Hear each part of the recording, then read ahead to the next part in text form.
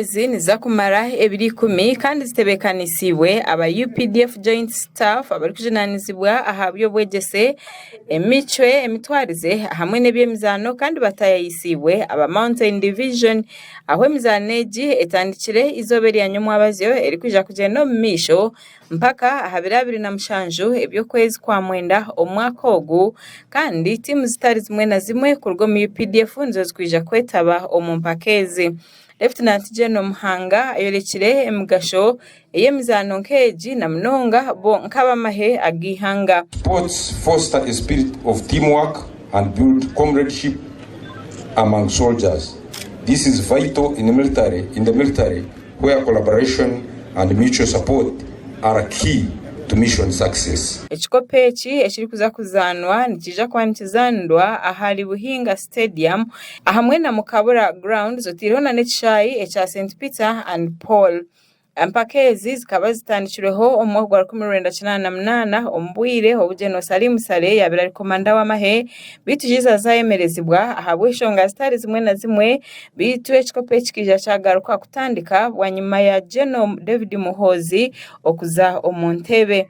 Echini bajangu nikibayambaho ahakweyongera kwatagana kurungi bonka bamahe oyiro kugira ngo bamwe nibabine ranks eziri kusinga ahazabandi otiriho nabo kugira ngo nibababone obwire obo kuzana ahakapira. Brigadier General Richard Karemire ayorekire ebintu bitari bimwe na bimwe CDF Cup egenderire kwikaho ari kugira ngo muri ebi harimo kwatagana okugira emicwe ahamwe na nebindi. The main strategic objectives of the CDF Cup are to enhance the culture of physical and mental fitness, discipline, command and control, and also build the esprit de corps within the forces.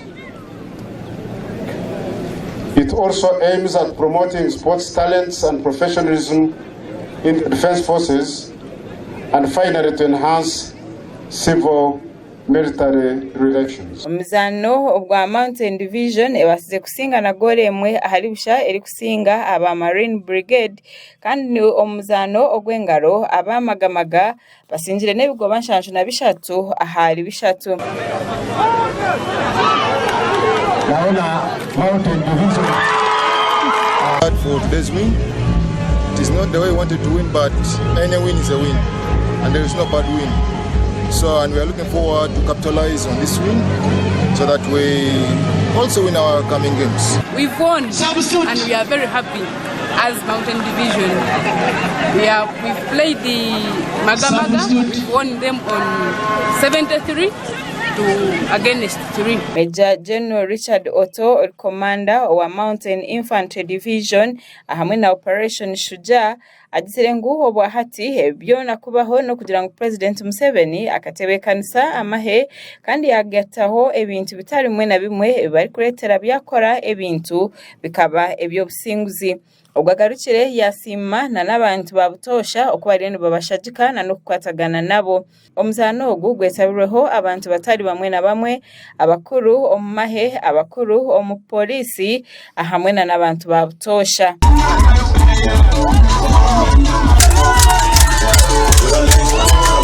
Yashakwa Justin Nyakaisiki ahabwa Sky TV agenshonga. Ezi niza kumara ebiri 10 kandi zitebekanisiwe aba UPDF joint staff abari kujinanizibwa ahabyo bwegese emicwe emitwarize hamwe n'ebyemizano kandi batayayisiwe aba mountain division aho emizaneji etandikire izoberi ya nyuma abazyo eri kuja kugenda mu misho mpaka ahabirabiri na mushanju ebyo kwezi kwa mwenda omwaka ogu kandi timu zitari zimwe na zimwe kurwo mu UPDF nzo zkwija kwetaba omumpakezi.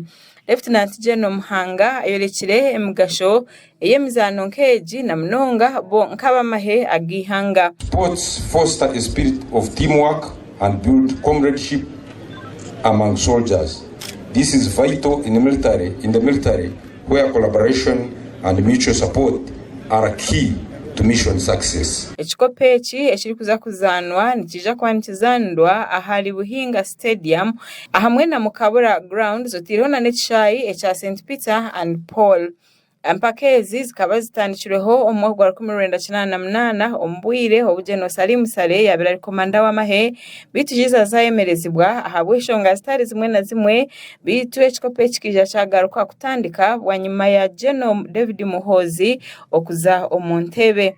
Ekini bajangu nikibayambaho ahakweyongera kwatagana kurungi bonka bamahe oyiro kugira ngo bamwe nibabine ranks eziri kusinga ahazabandi otireho nabo kugira ngo nibababone obwire obokuzana ahakapira. Brigadier General Richard Karemire ayorekire ebintu bitari bimwe na bimwe CDF Cup egenderire kwikaho ari kugira ngo muri ebi harimo kwatagana okugira emice ahamwe na nebindi. The main strategic objectives of the CDF Cup are to enhance the culture of physical and mental fitness, discipline, command and control, and also build the esprit de corps within the forces. It also aims at promoting sports talents and professionalism in the defense forces, and finally to enhance civil military relations. Omuzano obwa Mountain Division ebasize kusinga na gole emwe ahali busha eri kusinga aba Marine Brigade kandi ni omuzano ogwengaro aba magamaga basinjire nebigo banshansho na bishatu ahali bishatu. Naona Mountain Division for today's win. It is not the way we wanted to win, but any win is a win, and there is no bad win. So, and we are looking forward to capitalize on this win so that we also win our coming games. We've won and we are very happy as Mountain Division.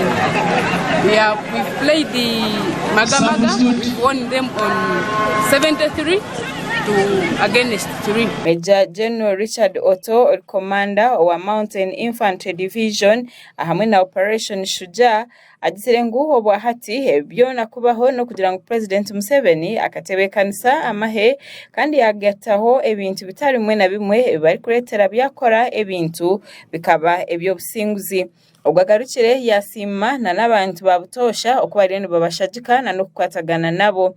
Omuzano ogu gwetabirweho abantu batari bamwe na bamwe, abakuru omumahe, abakuru omupolisi ahamwe na nabantu babutosha.